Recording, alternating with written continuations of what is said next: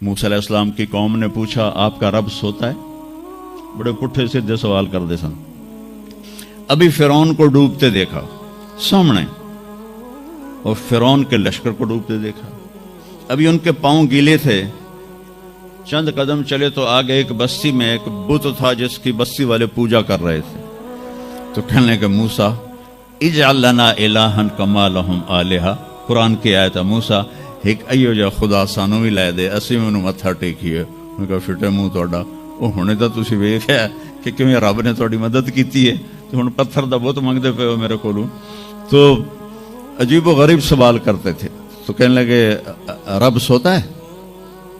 موسیٰ علیہ السلام نے ان کو ڈانٹ دیا. اللہ تعالیٰ نے کہا نہیں، ایسا کر رات کو نا 2 پیالے لے کے کھڑے ہو جا پانی کے. خیال کرنا یہ پیالے گرنے نہ پائیں. موسیٰ علیہ السلام بڑے طاقتور ہستی تھے، وہ پیالے لے کے کھڑے ہو گئے.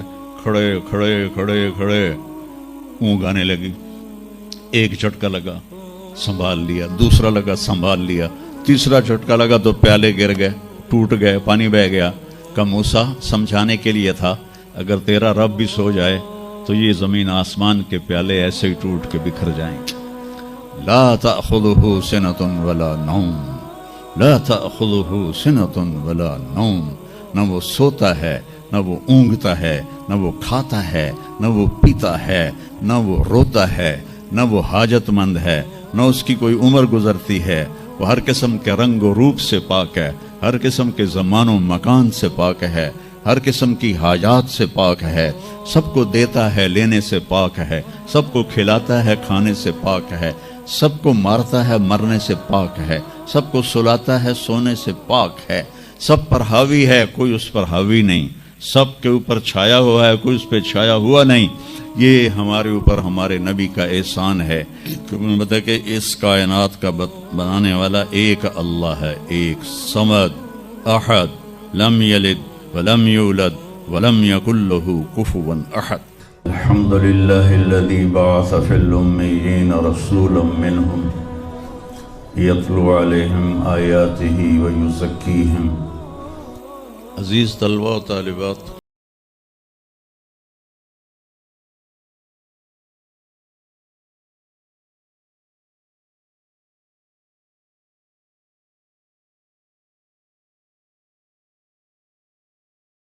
سوال ہیں جن کا جواب دنیا کی کسی یونیورسٹی کے پاس کوئی نہیں، اور بڑے سے بڑے اسکالر بھی اپنے علم سے اس کا جواب دینے میں بالکل انگوٹھا چھاپ ہیں کہ اس کائنات کو کس نے بنایا ہے. اس سوال کا جواب دنیا کے کسی علم میں نہیں ہے. ہم تو شکر مسلمان ہیں تو ہمیں ماں باپ کی گود سے ہی اللہ کا تعارف ہو گیا. موت کیا چیز ہے؟ کیوں مر جاتے ہیں؟ پیدا ہونے کی درخواست نہیں دی تھی، پیدا کر دیا. کیوں پیدا کیا پتہ کوئی نہیں. اب مرنا نہیں چاہتے لیکن دائیں بائیں موت کے حملے ہو رہے ہیں. ایک دن مجھ پر بھی ہو جائے گا، آپ پر بھی ہو جائے گا، اور ہم ایک ماضی کی بھولی بسری داستان بن جائیں گے. تم مرتے کیوں ہیں؟ پھر کوئی جلا دیتا ہے، کوئی بہا دیتا ہے، کوئی مٹی میں ملا دیتا ہے، کوئی پرندوں کے سپرد کر دیتا ہے. پارسی وہ اوپر رکھ دیتے ہیں، گدھ آ کے کھا جاتے ہیں. تو یہ موت کیا چیز ہے؟ تھوڑا شروع میں میڈیکل میں نے شروع کیا تھا تو پھر اللہ نے میرا راستہ بدل دیا. تو موت کیا چیز ہے، میڈیکل سائنس میں اس کے 200 جواب ہیں، 200، اور ایک بھی صحیح نہیں، سارے غلط، کیونکہ وہ انسانی عقل سے ہیں تو نہیں پہنچ سکتے. پھر موت کے بعد کچھ ہے یا مر گیا اور مٹی ہو گئے؟ یہ چند سوال میں نے آپ کے سامنے رکھے ہیں، اور پوری دنیا کے انسانوں کو چیلنج ہے کہ اپنے علم سے جواب دو. کسی کے پاس اس کا جواب ہو. نیوٹن نے یہ کہا تھا کہ اس کائنات کو 4 فورسز چلا رہی ہیں۔ عبدالسلام نے، پاکستانی سائنسدان اور 2 امریکن سائنسدان، 1976 میں یہ ثابت کیا کہ اس کائنات کو 4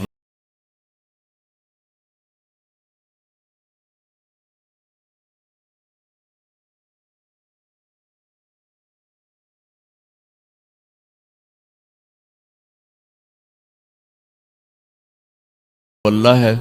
کہنے لگا نہیں، وہ اللہ نہیں ہے، اس کے پاس وحی کا علم نہیں تھا، تو وہ اتنا ہی اندھا ہے جتنا ایک ان پڑھ اندھا ہے۔ تو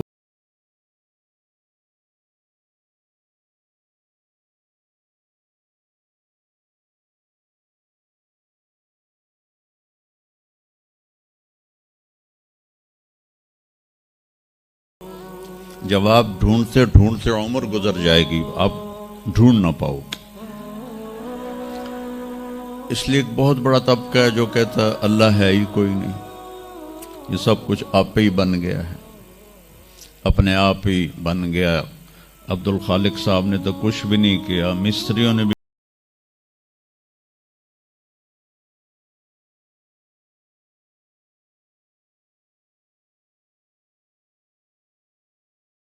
تعریف ہے کہ علامہ اقبال نے فرمایا تھا، ہیچ چیزیں خود بخود چیزیں نشد، ہیچ آہن خنجر تیغ نشد، ہیچ حلوائی نشد استاذ کار، تا غلام میں شکر ریز نشد، مولوی ہرگز نشد مولا روم، تا غلام میں شمس تبریز نشد۔ اسی دہریت کو، ایتھیسٹ کو یہ ایڈریس کیا ہے کہ کوئی چیز خود بخود نہیں بنتی۔ کبھی دیکھا ہے کہ ہیچ آہن خنجر تیغ نشد، لوہے کا ٹکڑا پڑا ہو اور 1000 سال کے بعد وہ اچانک تلوار میں تبدیل ہو گیا ہو، چھری میں تبدیل ہو گیا ہو، خنجر میں تبدیل ہو گیا ہو؟ کبھی دیکھا ہے؟ نہیں ہوتا ایسے۔ کر لیا تھا، اور جو فلسفہ اور منطق کے عالم ہوتے تھے وہ بادشاہوں کے دربار میں بڑی جگہ پاتے تھے، تو ان کے سامنے کتابوں کا ڈھیر تھا ان کے ساتھ، اور ادھر طالب علم بیٹھے تھے، انہیں وہ پڑھا رہے تھے، اور یہ کتابیں کلمی نسخے تھے، ہاتھ سے لکھے ہوئے۔ تو شمس تبریز رحمہ اللہ مسجد میں داخل ہوئے ننگے پاؤں، اور سفر کے آثار پگڑی پر بھی، کپڑے پر بھی۔ تو وہ بڑی سادگی سے پوچھتے ہیں کہ مولانا این چیست، یہ کیا ہے؟ وہ کتابوں کا ڈھیر۔ تو نے اس کو یوں دیکھا تو کہا یہ تو ان پڑھ جائے چٹا ہے، انہوں میں کی جواب دے وہاں۔ کہنے لگے این آن است کہ تو نمی دانی، میرے پیارے یہ وہ ہے جو تو نہیں جانتا۔ تو ایک دم آگے بڑھے، کتابوں کو یوں دھکا دیا، ساتھ ہی تالاب تھا، ساری کتابیں تالاب میں چلی گئی۔ اب نیا پرنٹ نکالنا آج کل تو کوئی مشکل نہیں ہے، کوئی پریشانی کی بات نہیں ہے، نیا پرنٹ مل جائے گا۔ جس نے ہاتھ سے سینکڑوں کتابیں لکھی ان کو تیرا بیڑا غرق، وہ ان پڑھ بندیا تو میری حیاتی برباد کر دیتی۔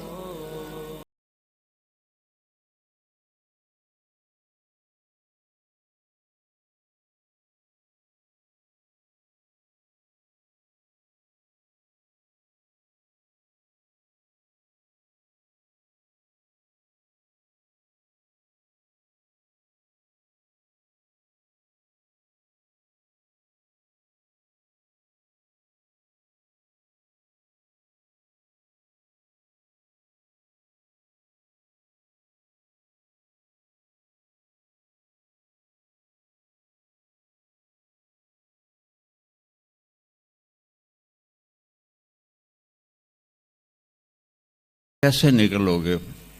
بھاگتے ہوئے کہ بڑے آرام سے؟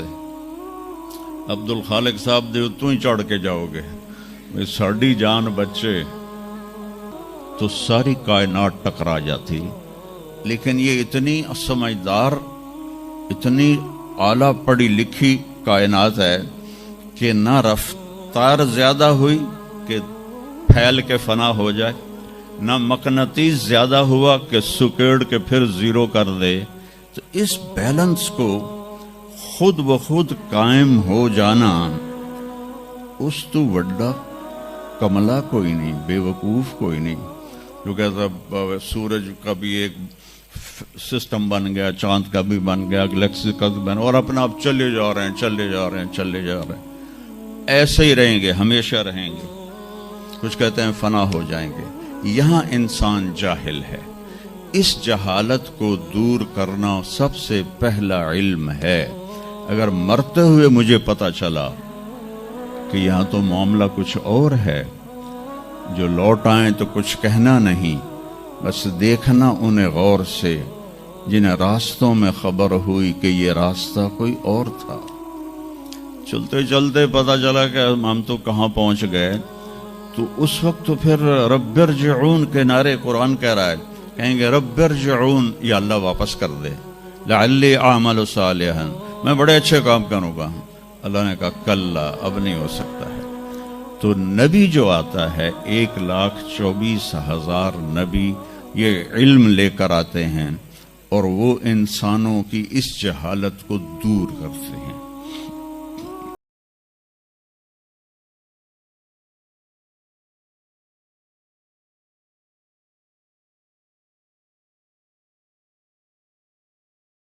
صلی اللہ تعالی علیہ وسلم کو پیدا کیا.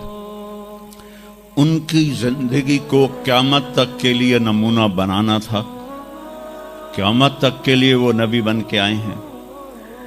لکل قوم ہاد، ہر قوم میں نبی آتے تھے، لیکن ہمارے نبی کے بارے میں اللہ نے کہا وما ارسلناک الا کافۃ للناس بشیرا ونذیرا، ہم نے آپ کو پوری دنیا کے انسانوں کے لیے بھیجا ہے. تو اس کے لیے ضروری تھا کہ آپ کی زندگی کی ہر چیز کھلی کتاب کی طرح آج بھی ہمارے سامنے موجود ہو. اگر میں آپ کے طریقے پر چلنا چاہوں تو میرے پاس مواد موجود ہو. تو یہ واحد نبی ہیں جن کی ہر چیز اللہ تعالیٰ نے محفوظ کی. کسی نبی کی پوری زندگی محفوظ نہیں ہے، کسی نبی کی. آدم علیہ السلام سے لے کر عیسیٰ علیہ السلام تک کسی نبی کی مکمل زندگی موجود نہیں ہے. اور ہمارے نبی کی زندگی پیدائش سے لے کر آنکھ بند ہونے تک ایک ایک پل کی زندگی آپ کی ہمارے پاس موجود ہے. میں نے ایک آیت پڑھی تھی لقد جاءکم رسول من انفسکم.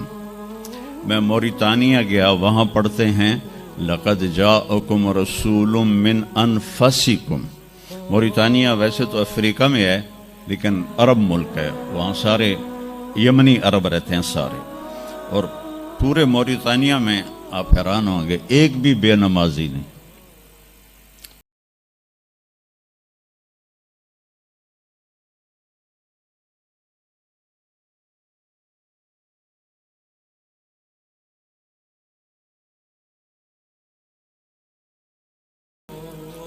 ایک بچہ بچی مرد عورت بے نمازی نہیں. ہمارے بچے، آپ لوگ کالج جاتے ہو تو موبائل آپ کے ہاتھوں میں ہوتے ہیں، بس میں بیٹھے ہو یا گاڑی میں بیٹھے ہو موبائل پہ آپ کی نظر ہوتی ہے. اور میں چونکہ 2 دفعہ گیا ہوں صومالیہ، 2 دفعہ، تو وہ بچے جب صبح جا رہے ہوتے ہیں اسکول تو ان کے ہاتھوں میں قرآن ہوتے ہیں اور وہ قرآن پڑھتے جا رہے ہوتے ہیں. کوئی میچ ہی نہیں ہے. ایسی خوبصورت زندگی ان کی. تو آدم سے عیسیٰ علیہ السلام تک کسی نبی کی مکمل 25 نبیوں کے نام قرآن میں ہیں. 25 آئے تو 1,24,000 ہیں. 1,24,000 میں 5 نبی سب سے بڑے ہیں. نوح علیہ السلام، ابراہیم علیہ السلام، موسیٰ علیہ السلام، عیسیٰ علیہ السلام اور محمد علیہ السلام. یہ 5 نبی اولو العزم کہلاتے ہیں. یہ سب سے بڑے رسول ہیں، سب سے بڑے رسول ہے، لیکن زندگی صرف ہمارے نبی کی. من انفسکم میں اشارہ ہے آپ کی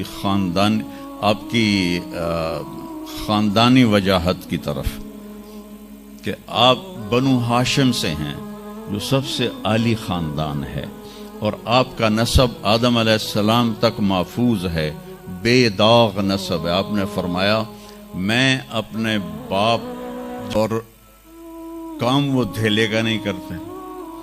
ایک مراسی اپنے بیٹے کو لے کر آ گیا، میں ڈیرے میں تھا، کہنے لگا میاں صاحب ہمارا ٹائٹل وہاں میاں صاحب میرے پوتر نو نوکری لوا دی. میں کیا کدی مراسیاں نوکری کیتی ہے پہلے؟ کہنے لگا بھوکے مر گئے ہیں، دیرے اجڑ گئے، زمیندار شہرانو بڑھ گئے، تاتھو سوا کوئی سانو خیرات ہی نہیں لبدی، تو چلو کوئی نوکری کر لوے. میں نے اس کے سامنے بیٹھے فون ملایا، فاطمہ شوگر مل کے جو جی ایم تھے میرے دوست تھے. میں نے کہا ایک بچہ بھیج رہا ہوں رکھ لو. انہوں نے کہا بھیج دیں، لیبر میں رکھ لوں گا. تو میں نے اسی طرح کہہ دیا چاچا انہوں لے جا، لیبر اچ رکھ لے سن. بھلا ہوئے سرداریاں کہیں. چوتھے دن دونوں پھر میرے ڈیرے پر. میں کہا تینوں تو مظفر گڑھ بھیجے آئی تو واپس کیوں آ گیا؟ تو اس کا باپ کہتا ہے میاں صاحب میں سمجھا لیبر کوئی وڈا افسر ہوندا ہے، تو میرا پتر افسر ہو سی، انہیں تو بوریاں چوا چوا چوا دی کنڈ بن چھڑی.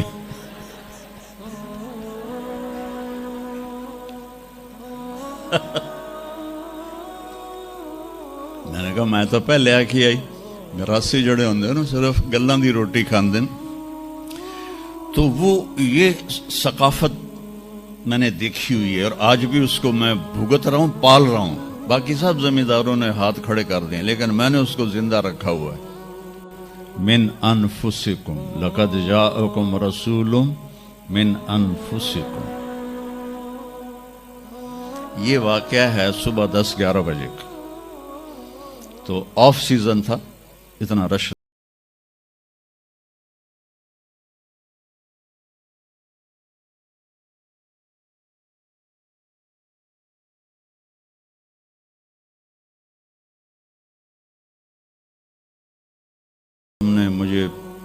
مجھے پہچانتے ہو؟ کہا نہیں جی آپ کے ساتھ لوگ تھے کافی. تو میں نے ایک آدمی سے پوچھا کہ یہ کون ہے؟ تو انہوں نے کہا یہ مولانا طارق جمیل. کہا جی میں ابھی عصر کی نماز میں پہلے آ گیا تھا. یہ عصر کے بعد مجھے وہ بات بتا رہا ہے. میں عصر کی نماز سے پہلے آ گیا تھا، پرانی مسجد میں جگہ مل گئی، بیٹھے بیٹھے مجھے نیند آ گئی. تو میں نے خواب میں اللہ کے نبی کو دیکھا، انہوں نے فرمایا کہ طارق جمیل کو بھی میرا سلام کہہ دو. تو وہ جو میرا پیڑھی پڑھ کے سلام عرض کرنا تھا وہ بارگاہ رسالت میں قبول ہوا. لقد جاءکم رسول من انفسکم. کہاں سے لاؤ گے ایسا رسول؟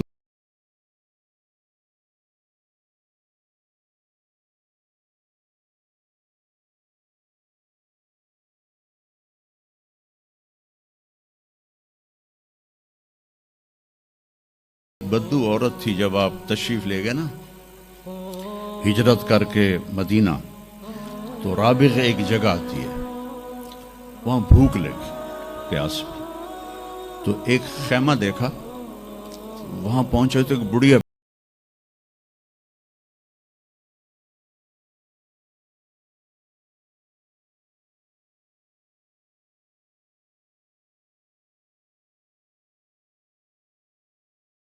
کچھ بھی نہیں ہے. ایک بکری بیمار اور کمزور اور بن بیاہی کھڑی ہوئی تھی. تو آپ نے کہا اس بکری سے دودھ نکال لوں؟ تو اس نے ایسے بڑی حیرت سے دیکھا کہ یہ عرب ہو کہ ایسی بات کر رہا ہے کہ اس بکری سے دودھ نکال لوں. تو وہ کہنے لگی یہ تو بن بیاہی ہے، اس کا تو ویسے بھی اس کے جسم پر بوٹی نہیں ہے، اس سے ایک قطرہ بھی کوئی نہیں. کہا ماں جی آپ اجازت دیں؟ کہا لگا ٹھیک ہے. تو وہ آپ کو غور سے دیکھنے لگی، کیونکہ انہونی بات ہو رہی تھی. اپنے اتنا بڑا وہ تھا برتن، وہ آپ نے لیا اور اس کے تھنوں کو یوں ہاتھ لگا